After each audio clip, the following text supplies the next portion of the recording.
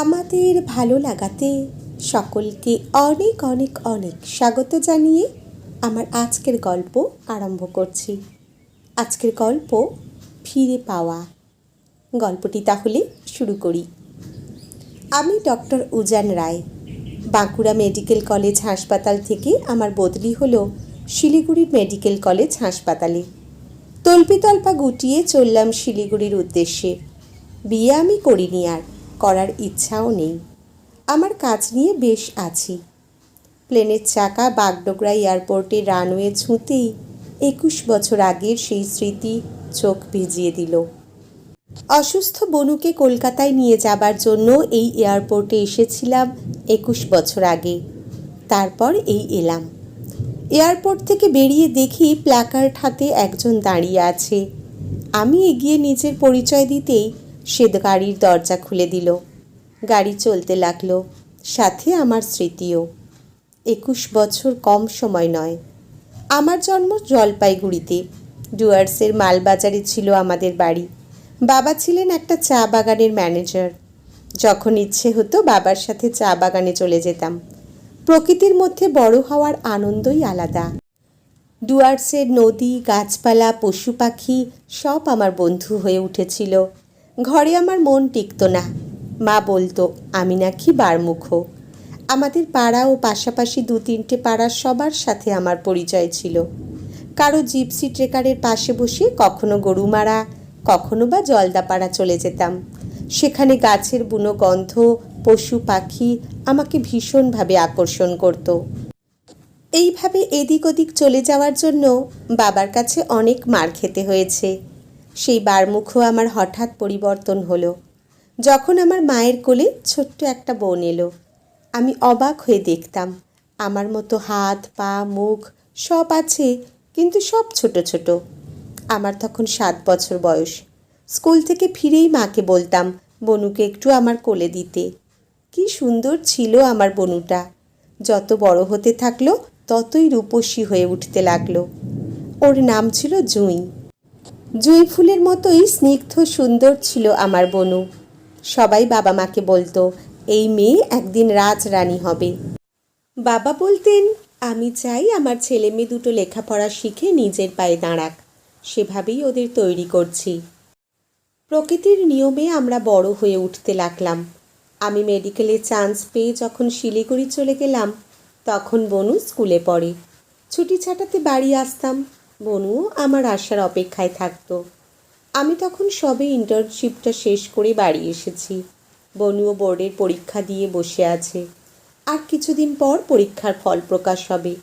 বনু একাদশ শ্রেণীতে কোথায় ভর্তি হবে, আমি চাকরি নেব নাকি এমডির জন্য তৈরি হব, এইসব নিয়ে বেশ কদিন ধরে আমাদের মধ্যে আলোচনা চলছে। আমি চাইছি বনু কলকাতায় পড়ুক, কারণ আমার ইচ্ছা যদি কলকাতার মেডিকেল কলেজগুলোর মধ্যে যে কোনো একটাতে চাকরি পাই, তাহলে 2 ভাই বোনে একটা বাড়ি ভাড়া করে থাকব। হাসি মজা খুনসুটিতে আমাদের দিনগুলো যখন কেটে যাচ্ছিল, তখন একদিন দেখলাম বনু মাথার যন্ত্রণায় ছটফট করছে।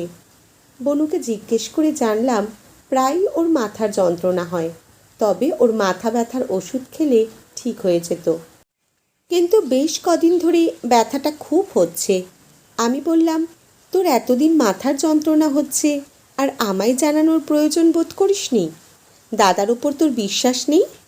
ও কিছু উত্তর দেবার আগেই বমি করে ফেলল। মা বলল ওর মাইগ্রেনের ব্যথা, আমারও ছিল। আমার মন মানল না। পরদিন বনুকে নিয়ে আমাদের হাসপাতালে গেলাম ওর চেক আপ করানোর জন্য। তখনও আমাদের হাসপাতালে সিটি স্ক্যানের ব্যবস্থা ছিল না। এক্স-রে করে রিপোর্ট দেখে আমার কলেজের স্যার ডক্টর সুমিত রায় পরামর্শ দিলেন কলকাতায় নিয়ে গিয়ে সিটি স্ক্যান ও আরও পরীক্ষা নিরীক্ষা করার। কলকাতায় আমাদের কোনো চেনা জানা নেই, তাই একটা হোটেলে উঠলাম। স্যারের রেফারেন্সে পিজিতে ভর্তি করা হলো বনুকে।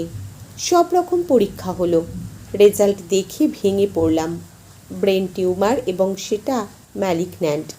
টিউমারটা বাড়তে বাড়তে ব্রেনকে ছুঁয়ে ফেলেছে। অঙ্কোলজিস্ট ডক্টর অমিতাভ ঘোষ আমায় জানালেন যে অপারেশনটা খুব ঝুঁকিপূর্ণ। অপারেশন সফল নাও হতে পারে, হলেও হয়তো ব্রেন ঠিকমতো কাজ করবে না। উভয় সংকটে পড়লাম। যখন ব্যথা শুরু হয়েছিল, বনুটা তখন যদি উপেক্ষা না করে আমায় একটু বলতো, তাহলে হয়তো টিউমারটা এতটা বাড়তে পারতো না। মাকে কিছু জানালো হলো না। বাবার সাথে কথা বলে ঠিক হলো অপারেশন হবে। অপারেশন হলো, মস্তিষ্কের মৃত্যুও হলো। হৃদযন্ত্র তখনও চলছে। মা হোটেলেই ছিল। আপাতত মাকে কিছু জানানো হবে না ঠিক করলাম। সুপার আমাকে আর বাবাকে তার ঘরে ডেকে পাঠালেন। দেখলাম কয়েকজন ডাক্তার আছেন আর এক ভদ্রমহিলা ও ভদ্রলোক বসে আছেন। ভদ্রমহিলা বারবার রুমাল দিয়ে চোখ মুছছেন। সুপার বললেন, এই যে দুজনকে দেখছেন, এদের একমাত্র মেয়ের হার্টের অবস্থা খুব খারাপ। আপনাদের মেয়ের তো ব্রেন ডেথ হয়ে গেছে, তাই যদি ওর হার্টটা দান করেন তবে এনাদের মেয়েটা বাঁচতে পারে। উজান, তুমি তো ডাক্তার, তোমার তো সম্মতি দেওয়া উচিত। বাবার মন মানছে না। আমি বোঝালাম যে বনু তো আর ফিরে আসবে না। একটা অল্প বয়সী মেয়ে যদি বনুর হার্টটা নিয়ে বেঁচে যায়, তবে বনু ওর মধ্যেই বেঁচে থাকবে। বাবা সম্মত হলে সেই দম্পতি আমাদের অনেক ধন্যবাদ দিয়ে বললেন, আমাদের মেয়ে জুঁইয়ের বয়স মোটে 16, আর ও আমাদের একমাত্র সন্তান। ওর জীবনদানের ব্যবস্থা আপনারা করলেন, এর জন্য চিরকৃতজ্ঞ থাকব। আমার বাবা একটা কথা শুধু বললেন, জানেন, আমাদের মেয়েটারও নাম ছিল জুঁই, আর বয়সও ছিল 16। কি কোইন্সিডেন্স, তাই না? তারপর ভীষণ কাঁদতে লাগলেন। আমি বুকে পাথর চেপে কোনো রকমে বাবাকে ঘর থেকে বাইরে বের করে আনলাম। বনুর হৃৎপিণ্ডটা নিয়ে বনুকে আমাদের হাতে তুলে দিল হাসপাতাল। ফুলের মতো মেয়েটা আমাদের ছেড়ে চলে গেল। সেদিন মনে মনে ঠিক করি আমি অঙ্কোলজিস্ট হব এবং তার জন্য কঠোর পরিশ্রম করব। সেই যে বনুকে নিয়ে কলকাতায় চলে এলাম, আর ফিরে যাইনি। কেমন করে ফিরে যেতাম বনুকে ছাড়া? বাবা সব বিক্রি করে কলকাতায় একটা বাড়ি ভাড়া নিলেন। না, আমি অঙ্কোলজিস্ট হতে পারিনি, তবে সার্জেন হয়েছি। বেশিরভাগ সময় গ্রামের হাসপাতাল বেছে নিয়েছি। মা বাবা অনেক জোর করেছে আমার বিয়ের জন্য, কিন্তু আমার ইচ্ছা হয়নি। এই বেশ আছি, বনুর ছবি বুকে নিয়ে আর কাজ নিয়ে। এখন তো আমার কেউ নেই। মা বাবা পরপর চলে গেছেন। 21 বছর চোখের পলকে কেটে গেছে। স্যার, আমরা এসে গেছি। ড্রাইভারের কথায় অতীত থেকে বর্তমানে ফিরে এলাম। আমার সেই হাসপাতাল। এত বছর পর এখানে আমার বদলি হলো। সুপার আমাকে দেখিয়ে এগিয়ে এলেন। ওনার ঘরে আমায় বসিয়ে ড্রাইভারকে নির্দেশ দিলেন আমার জিনিসপত্র আমার জন্য নির্দিষ্ট কোয়ার্টারে রেখে আসতে। হঠাৎ একটা মেয়ের গলা শুনলাম, স্যার আসবো? সুপার অনুমতি দিলে আমি দেখলাম অনিন্দ সুন্দর একটা মেয়ে ঘরে ঢুকল। সুপার আমার সাথে পরিচয় করিয়ে দিলেন মেয়েটির। এর নাম জুঁই, আমাদের হাসপাতালে সিনিয়র নার্স।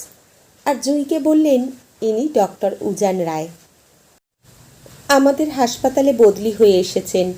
তুমি কাল ডক্টর রায়ের সাথে সবার পরিচয় করিয়ে দিও। তারপর আমাকে বললেন, জুঁইয়ের যখন 16 বছর বয়স, তখন ওর হার্ট খারাপ হয়। বাঁচার আশা ছিল না। এক মহানুভব পরিবার তাঁদের মেয়ের হার্ট দান করে ওকে বাঁচায়। মেয়েটির ব্রেন ডেথ হয়েছিল। কবে, কোথায়? আমি উত্তেজিত। মেয়েটি বলল, পিজিতে 21 বছর আগে। মেয়েটার নামও জুঁই ছিল। আমি সুস্থ হবার পর কত খুঁজেছে আমার মা বাবা, কিন্তু ওনাদের খোঁজ পায়নি। আমি বলে উঠলাম, বনু। আজকের গল্প এখানেই সমাপ্ত। কলমে পারমিতা ভট্টাচার্য, পাঠে জয়তী। ধন্যবাদ।